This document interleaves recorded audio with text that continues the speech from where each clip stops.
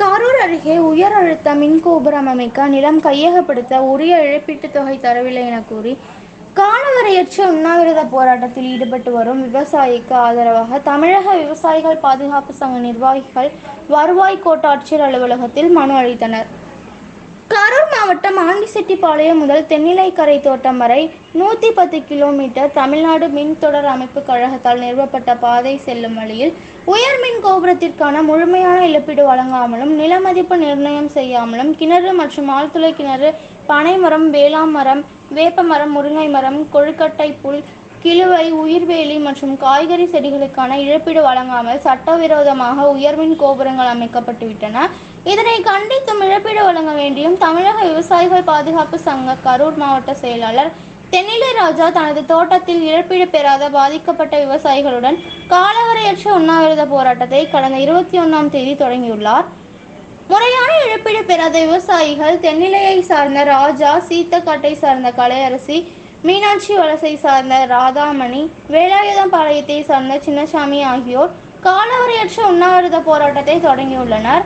அவர்களுக்கு ஆதரவாக அருகில் உள்ள கிராமங்களை சார்ந்த பொதுமக்கள், விவசாய அமைப்பினர், தன்னார்வலர்களும் கடந்த 10 நாட்களாக போராட்டத்தில் கலந்து கொண்டுள்ளனர். இந்நிலையில் விவசாயிகள் போராட்டத்திற்கு ஆதரவாக தமிழக விவசாயிகள் பாதுகாப்பு சங்கத்தின் நிறுவனர் ஈசன் முருகசாமி உள்ளிட்ட நிர்வாகிகள் கரூர் வருவாய் கோட்டாட்சியர் அலுவலகத்தில் விவசாயிகளுக்கு உரிய இழப்பீடு வழங்க வேண்டும் என்பதை வலியுறுத்தி கோரிக்கை மனுவினை அளித்தனர். மேலும் போராட்டத்தில் ஈடுபட்டுள்ள விவசாயிகளுக்கு உரிய இழப்பீடு வழங்க வேண்டும் என்றும், சம்பந்தப்பட்ட 14 ஆவணங்களை பாதிக்கப்பட்ட விவசாயிகளுக்கு காட்ட வேண்டும் என்றும் கரூர் மாவட்ட ஆட்சியரும் மதுரை உயர்நீதிமன்றமும் வலியுறுத்தியும், அதை சமர்ப்பிக்காமல் நிலத்தை கையகப்படுத்தும் முயற்சியில் தமிழ்நாடு மின் தொடர் அமைப்பு கழகம் செயல்படுவதாக கோரிக்கை மனுவினை அளித்துவிட்டு வெளியே வந்த ஈசன் முருகசாமி தெரிவித்தார். எனவே 10வது நாளாக உண்ணாவிரதம் இருக்கக்கூடிய ராஜா அவர்களுக்கு நீதி கேட்டு அவருடைய பிரச்சனைகளையும் மற்ற பாதிக்கப்பட்டவர்களுடைய பிரச்சனைகளுக்கும் உடனடியாக சரியான இழப்பீட்டை வழங்கி தீர்வு செய்ய கோரி இன்றைக்கி கரூர் கோட்டாட்சியர் அலுவலகத்தில் நாங்கள் அனைவரும் ஒன்று கூடி இருக்கிறோம். உடனடியாக அங்கு விவசாயிகளுடைய அனைத்து பிரச்சனைகளுக்கும் உரிய இழப்பீடு வழங்கி தீர்வு செய்யப்பட வேண்டும். இல்லை என்றால் நாங்கள் கரூர் மாவட்ட ஆட்சியர் அலுவலகத்தின் மூலம் நாங்கள் அனைவரும் விவசாயி ராஜாவுக்காக மற்ற விவசாயிகளுக்காக உண்ணாவிரதத்தை தொடங்குவோம் என்பதை நாங்கள் தெரிவித்துக் கொள்கிறோம். அதனால் ஆவணங்கள்லாம் என்னென்ன ஆவணங்கள்? திட்டம் சம்பந்தப்பட்ட ஆவணங்கள், தமிழ்நாடு அரசு கொடுத்த அனுமதி, திட்ட வரைபடம் என்பது அவசியமானது. அந்த வரைபடத்தை கூட இன்ன வரைக்கும் விவசாயிகளுக்கு கொடுக்கல. எந்த சர்வே நம்பர் வழியாக போகுது, எது வழியாக திரும்புது, எந்த இடத்துல கோபுரம் அமைதுங்கிற அடிப்படை ஆவணத்தை கூட கொடுக்கல. என்னென்ன இழப்பீடு நிர்ணயம் பண்ணியிருக்காங்கிற இழப்பீடு நிர்ணயம் கொடுக்கல. நில மதிப்பு நிர்ணயம் பண்ணியிருக்கணும், அதுவுமே கொடுக்கல. இதெல்லாம் மாவட்ட ஆட்சியர் உத்தரவு போட்டு கொடுக்க சொல்லியிருக்காரு, இன்னும் கொடுக்காம வச்சுட்டு இருக்கிறார். அந்த பகுதியில் மொத்தம் எத்தனை விவசாயிகள் இந்த மாதிரி பாதிக்கும்? ஐயா, அது வந்து ஒரு 20 கிலோமீட்டரில் ஒரு சின்ன திட்டம் தான், 230 கிலோவாட் லைன் தான். அதுலேயே இவ்வளவு அநியாயம் நடக்குது. எத்தனை பாதை அமைக்கிறாங்க? மின் பாதைகள் ஒரே ஒரு மின் பாதை.